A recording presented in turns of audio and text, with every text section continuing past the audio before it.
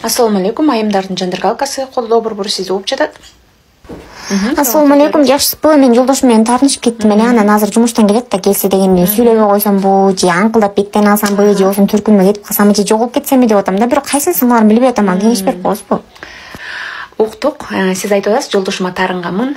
Бүгүн жумуштан кечинде келгенде эмне кылсам деп атасыз, таарынып сүйлөбөй койсомбу, же болбосо төркүнмө кетип калсамбы, же аңкылдап беттен алып эле ажылдасамбы, же болбосо бир жака жоголуп кетсемби деп атасыз. Сизге жооп мындайча. Эгерде сиз жолдошуңузга таарынып сүйлөбөй койм десеңиз, анда 3 эле күн гана сүйлөбөй койгонго уруксаат берилет, 3 күндөн ашык сүйлөбөй койгон бул арам күнөө болуп калат.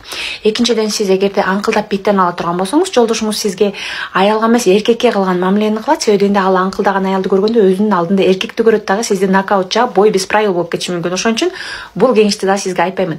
Үчүнчүдөн, эгерде сиз төркүнүңүзгө кетип кала турган болсоңуз, төркүнүңүз жолдошуңузду жаман көрүп калат.